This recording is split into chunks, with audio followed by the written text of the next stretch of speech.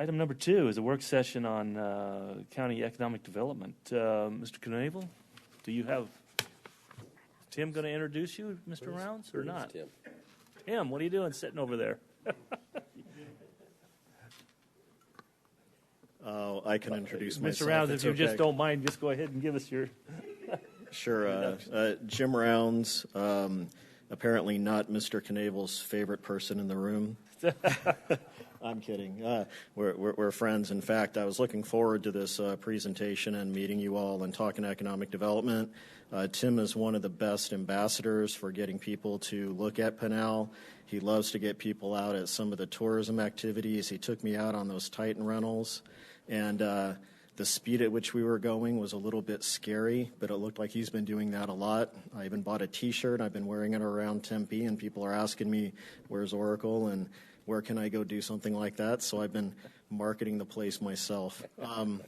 I want to start off, since we were talking about, we're going to be going through economic development briefly, but I wanted to talk about, since we spent so much time on transportation, one of the things that I really like about Pinal County, and we've worked with a lot of different communities where we might be very close to the economic development team and the planners will mess it up, or we're very close to planners and the economic development team and the transportation folks will mess it up. What we ended up seeing in Pinal County over the years is a lot of coordination between the different groups. And just for one point of example, this is one of my favorite examples, is I don't know if you recall, if you don't have a copy of it, you should get a copy of it, where we took a look at your economic leakage, because it displayed the opportunity for the gains that you could realize. So you're already growing at a rapid pace and growing well, but the pedal's not even fully down. And we calculated that there's about $100 million worth of tax collections that could be brought back into the county over the next several years with some additional efforts. In the past, people have done retail sales leakage analyses. This was economic development. It looked at people leaving the community for jobs, the additional activity, much more complex analysis. You know who brought that one up? Andy from transportation. Why? Because he communicates with the economic development folks. And we talked about some tourism issues. We talked about some other planning issues, longer term, coordination with communities. Who brought up some of these issues and followed up? Mr. Patel.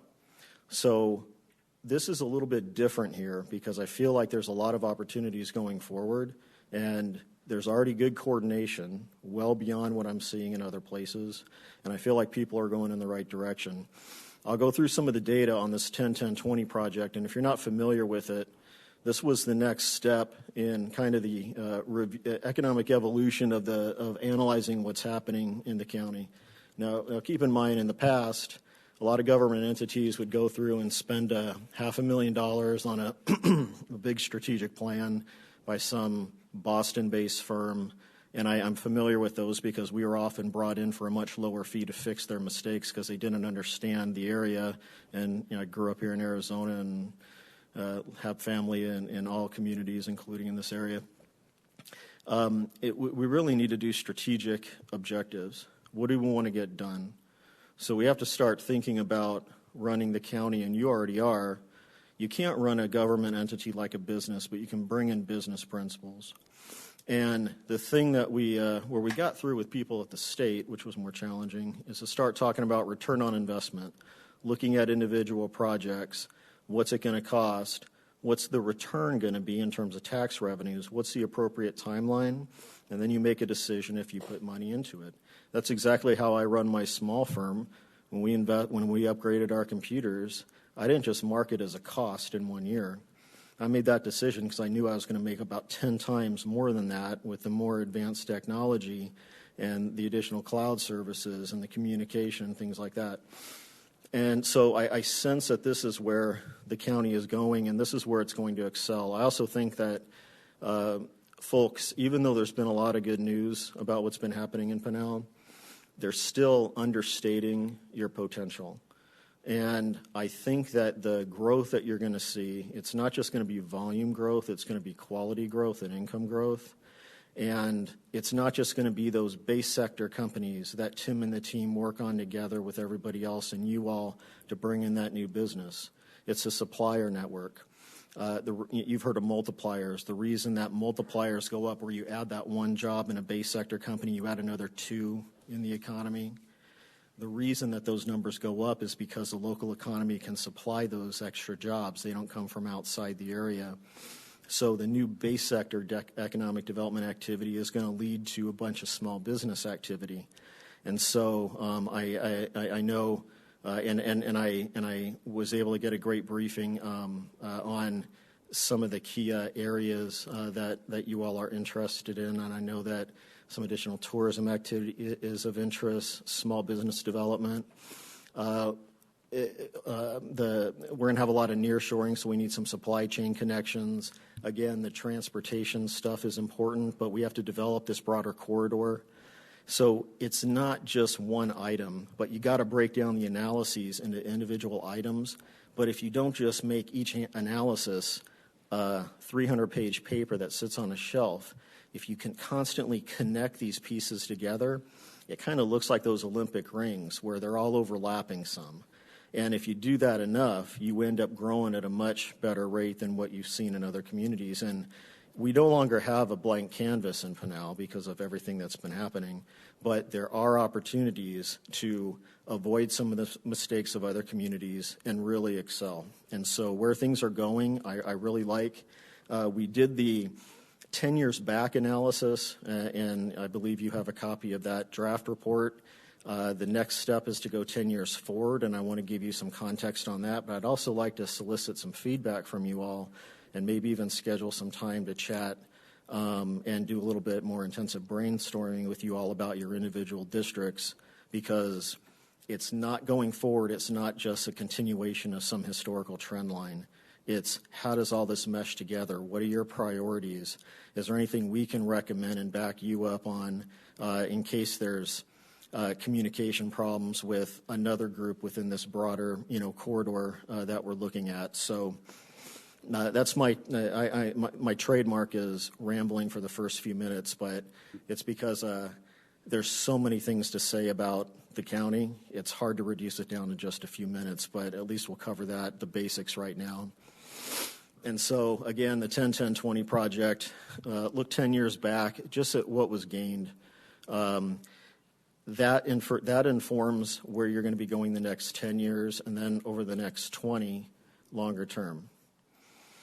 And the key findings, it's been incredible, the additional businesses that have been landed or expanded, and just the volume has been incredibly impressive. So doing some modeling on just what has been added to the county over the last decade, when this was after the Great Recession, the state as a whole really struggled to get the jobs back. It took about 7 years to get back to the prior peak. This is at a point where Pinal was starting to add jobs at a robust pace, but not enough at that time. But you're at that inflection point where it's going to start to take off. So you got to break it down between the realized activity, which is, think of that as stuff that's in the ground. And so there's been about $16 billion in economic output, 73,000 job years. The reason you got to do the math in job years is because it can get confusing. If you just do the number of jobs, you got to do it at the last point. So one job year is a person working in a job for 1 year. But it's also worthwhile to look at the tail end, and I'll show you a couple of examples later on what it means if you can maintain where you're going, if you maybe restrict the growth that you're seeing, or if you can advance it. And in most cases, it's this exponential curve. Think of it as the biggest opportunity in Pinal County is compound economic development. And that's where you see economic activity that continues to provide revenues, that supports more activity, infrastructure investment, workforce training, everything else. It's much like compound interest, but it's compound economic development. So the more that you can have these minor increases in your rate of growth through good public policy, you can have a disproportionate impact over that 10-year period or 20-year. And I feel like this is one of the few groups, I haven't been able to say this before except for on a couple of smaller projects. We're talking about stuff of legacy. What you do the next few years is really going to be a major legacy in where Pinal County goes. And I'm not hired to compliment people. I'm usually hired to identify where there's problems. But this is why I like these assignments so much, is that it's already going in the right direction. It's a little bit fine-tuning rather than having to rebuild things because you're already doing so much that's right. But $230 million in tax revenues. So the efforts and the money that you've invested into staff, some of your efforts, the projects that you've been doing, it's had a positive return on investment. So you're already operating much like a successful business would, but there's still more that can be done. Now, the prospective economic activity is deals that you've already closed, but they're going to be fully implemented over the next handful of years. So we're talking another 300,000 job years of employment and another $600 million in tax revenues. Big dollar amounts over that period of time. This is just a little bit of a breakdown because you have to take a look at the economic activity from construction. So when you have these big capital projects, you get extra revenue. When you have the new housing that comes in because jobs are being created. You've had a lot of housing come in for the jobs that were created in Maricopa County. Now it's going to be jobs coming in or people coming in for the jobs that are being created in Pinal. And then you want to look at the ongoing activity. And the ongoing activity can be very strong. So, for example, we have about $46 million in tax revenues from just this, for the pending stuff, the stuff that is going to be implemented the next few years. That's each year. Multiply that by 10, and you get closer to the total tax revenues, so $500 million over the next decade. And that doesn't even account for that compound economic development effect. And so what the future looks like depends on you. I came up as a pretty conservative economist. I'm a Goldwater Fellow, but after studying this, I've learned to appreciate that economic development matters, public policy matters, and decisions made by leaders like you greatly matter. And decisions don't necessarily have to have a massive change in public policy. Very minor changes in activity add up over time, and I'll give you some context on that. But first, what matters in growing the economy? Tax rates matter. I sometimes annoy some friends when I'm asked to give a presentation to an education conference, and I say every tax cut has a positive benefit.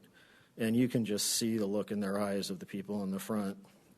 I say, however, it depends. If you're competitive in an area, then using that money maybe on roads or workforce training might have a bigger economic impact. If you're disproportionately high, and I know that you all addressed impact fees recently, we took a look at some of those. If you can have a good balance and be competitive, it helps. And so it's really like fine-tuning the sound of a stereo through this equalizer, where each of the dials, each of the frequencies is like transportation, tax policy, economic development. You don't just slide everything up or down. You have to find that right balance to have the best sound. You get the best sound, then you increase the volume. Economic development is no different.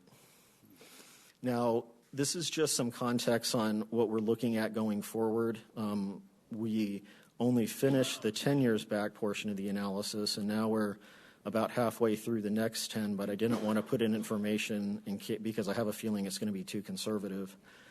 If the state's forecast for the county is for 1% employment growth over the next decade, 1%. 1%, really? We just modeled what would happen, how many new jobs would be created if all it did was go to 2%, over 6,000 jobs. Personally, I think that 1% is going to be growing to 5 or 6 or 7 as we get towards the end of the decade and well into the next one, because there's a smaller employment base and you're doing a great job bringing in these businesses. Now, the extent that you can go from maybe a 3 or 4% employment growth to 5 or 6 or more and have really strong economic impacts is if you can encourage some of the small business development that needs to locate near some of the base sector businesses. Even the suppliers, they tend to be higher wage. Sometimes we see suppliers of businesses pay higher wages than the base sector companies themselves. And so if you work on small business, have the right infrastructure in, you can actually enhance that number by quite a lot. And it's not just, if you go from 2 to 3, it's not just doubling that. It ends up being, again, this curve. And so it's that compound growth in jobs, fiscal impact, things like that. But the area where I do think could use some improvement is the business recruitment has been fantastic, but we need to start taking a look at ideas like what can be done at the local level and how can we coordinate with the state small business association. We become very fond of small business issues when we started being the economic consultant for ASBA, and they really want to take things to the next level, and they're very interested in meeting with you all and start brainstorming about how groups like that can provide support, and there could be sharing of information. So again, coordinating among different entities.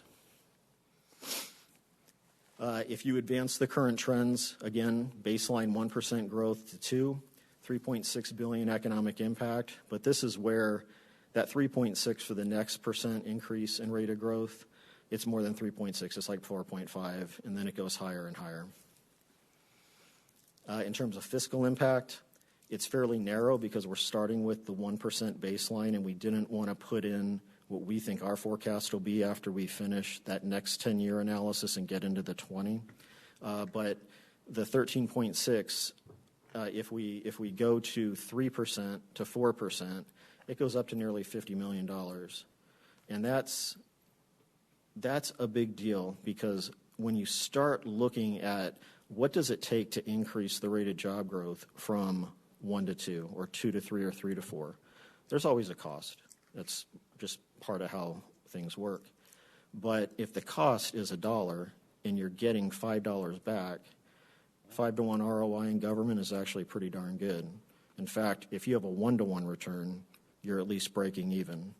But I think in this case, we can set the bar much higher. Usually I don't recommend that planning exercises give examples of job forecasts going from 1% to something as high as 4 or 5 after that first decade and into the next. But I think there's that opportunity. But there's also, again, opportunities with better connectivity with a lot of nearshoring that's going to be happening. There'll be good opportunities for some of your bigger businesses that you've already lured here to work with them to increase the supplier network. We're already talking about transportation improvements to get products back and forth. There's going to be spin-off opportunities, so there's a lot of electric vehicle development. We did an analysis for the governor's office on what are the potential benefits if we get a disproportionate share of the autonomous vehicles going forward, the manufacturing. A lot of the high-tech stuff would be produced, hopefully, in Pinal, and then some of the basic vehicle components would be produced maybe in Mexico. And instead of them shipping the cars to the Midwest, they'd be going back and forth very close. There'd be coordinated activities. These things are big. So even though you take a look at some of the businesses that you've located, that's just the tip of the iceberg, because the technology and the workforce, they're interrelated. And so when we take a look at the next 10 years and the next 20, we have the core industries that you're focusing on, but we're giving some context on what we've seen over the years on some tangential industries, and we're hoping to make some recommendations on who in the state and who in the region are already looking at some of this stuff, and if there's some additional Pinal opportunities that we can arrange, make some introductions, and let you all do your great work with your great team. So again, aggressive economic development efforts got you here. Diversifying the employment base is going to be critical. The county budget has been managed very well. You had a lot of struggles last time around, much different situation this downturn, and I am impressed with staff.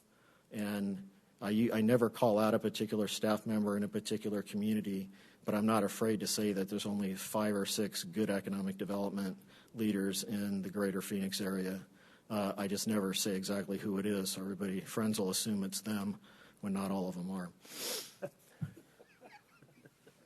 So after a happy hour, I sometimes maybe tell a friend who I think the good ones are, but I'm usually pretty discreet. Outside, I guess. So what to do next? Again, I like how you address the impact fees. That was, when we looked at the numbers, I was a little surprised how out of line they were. But you don't have to be the lowest. It just has to be within the area of being competitive. And continue to invest in infrastructure. Everything, at first, normally when you come in and you're second on the agenda, you're ready to go after about 15 minutes, and we had a lot of discussion of transportation. I was just absorbing all of that because this is directly tied to economic development and what's happening here. But we have the investment in infrastructure. We have some workforce training issues that'll have to be dealt with, but I'm not worried about that. There's already aggressive efforts. We'll be talking with some of your team about those as we finish our analysis. And again, back to that operating the county like a business. You can't operate like a business completely, but bring in those business principles. And when you do invest in these projects, try to see what kind of benefit you might get and what kind of a reasonable time frame. So it's not just you spend $1 and you get $3 back. You get that $3 over a certain period of time. And so for some context on economic development projects at the state level, and we assisted in setting up the Commerce Authority back in the day when we were working with the House and the Governor's Office and others. It was set for they need a positive return on investment from their deal closing fund within 5 years. And then they have certain criteria that are met. At the city level and at the county level, you usually look between 5 and 10 years for a break even before you're worried about giving away more than you're getting in return. When you're talking about intellectual infrastructure, like maybe some higher ed issues, like that new economy initiative that the universities are pushing, and some additional investments that the community colleges will be able to make with some additional funding that'll be coming up in the next couple of years, you can go out a little bit longer. Roadway projects, you go 20 years, maybe even more. Sometimes you take it all the way to when you have until it's just at repair level. So the time frame is different, but it's all manageable. This isn't, I'd like to act like it's rocket science, but it's not. It's in a lot of cases, it's common sense, and it's just being around for a while and seeing enough stuff. And I think all of you, myself, your leaders here, your staff leaders, we've seen enough stuff over the years, good and bad, where I think you can get a good feel of what you need to do. Politics sometimes gets in the way, but what always helps with politics, I find, is back it up with good, solid analytics. Back it up with the math. Explain to people as many times as you need to how things work and get your messaging through. So there may have to be some additional communication efforts on the economic development side in Pinal over the next decade. But so far, I think you're doing a good job. Again, that connectivity with Mexico is going to be important. The supply chain opportunities, I guess we already covered these, but continue to communicate. Why is it that the state is still forecasting 1% employment growth? One, they have to do everything in a general way. Even our friends at MAG can't forecast every area in great detail. But when we forecast numbers for a particular area, we usually start with their numbers, but then we fine-tune them. So sometimes you have to communicate with people and let them know exactly what's going on, and the media picks up that to some extent. But right now, from what I'm seeing, and I'm not disrespecting the county in any way, we work a lot in economic development, public policy, economics, everything you can think of. And I feel like the respect for Pinal is there, but people just don't fully understand the potential. And the next 10 years and the next 20 years, this is going to be the place. People will be writing dissertations about what happens over the next 2 decades here in terms of good economic development policy or bad economic development policy. But a lot of that falls on you, and I would think that would be a very fun job to have over the next few years until public policy and politics breaks you all down. But for now, you're fresh, and I think you'll have a good time for a while. And so, again, questions just for you real quick. Let me know if any of you would like to talk about any of the specific topics, if any of you have a particular interest in small business, tourism activity, how to promote retail, how to look at economic development in a way where you don't have to worry about potential lawsuits, all that kind of stuff. We've got your back, and we'll be there for it. But I would really appreciate an opportunity to be able to visit with each of you one-on-one or as a group, however you want to do it, and ask you and show you some of the preliminary numbers of the 10 years out and the 20 years out, and explain our assumptions on what we're doing. And you might say, you're way too aggressive in this area, you're too conservative. But hearing that gives me some ideas on, okay, well, what can we do to make our more aggressive numbers more realistic? So the door and the phone is always open on that stuff, and we can coordinate through staff if you'd like. And then I guess the last thing is any questions for me? I know it's very high level, but you'll be getting more information as the documents are distributed and as we have some conversations if you're interested. No, thank you. Thank you, Jim. I think Supervisor Goodman, did you have a question? Well, I just put me on that list to meet with me. That's what I have to say. The same is true. I've made 2 pages of notes just listening to you and appreciated your presentation. I look forward to meeting with you. Thank you. Speaking to my heart, we'll be in touch. Okay. Great. Yeah, we would also like to meet with you. As I look at all of those businesses that have come in the last 10 years, none of them are in District 2 or District 5, and I have some ideas of what's lacking out there, so I would like you to come meet with my staff and the city staff out there. Excellent. And I'll just add, I appreciate the presentation. I'm going to extract from some of the industries you referenced that this tech corridor that seems to be it keeps coming up with Pinal County and coming right through here is going to be part of that economic. So how we can link those together and how that's being linked together is important, I think, in the future. So That's spot thank on, you, yes. Jim. And I'll find some time to sit down with you as well. Great. Okay. Anything else? So to dovetail, we're going to take that barbell and we're going to build up our shaft. That's Is that right. Okay. We're going to make it a lot stronger. Very good. Thank you, Jim. All right. Thanks for your time. Okay. Okay. Mr. McCord. Work session, presentation, discussion, additional staffing and cost related to satellite offices. Good morning, Supervisors, Chairman. Morning. Michael McCord, Pinal County Treasurer. I came before the outgoing board back in December, and at the request of Mr. McCord, Sorry. can I need a recess here for just, Okay. and then you can start over again if that's okay. not a problem. Sorry. No? So I want to recess for 5 minutes.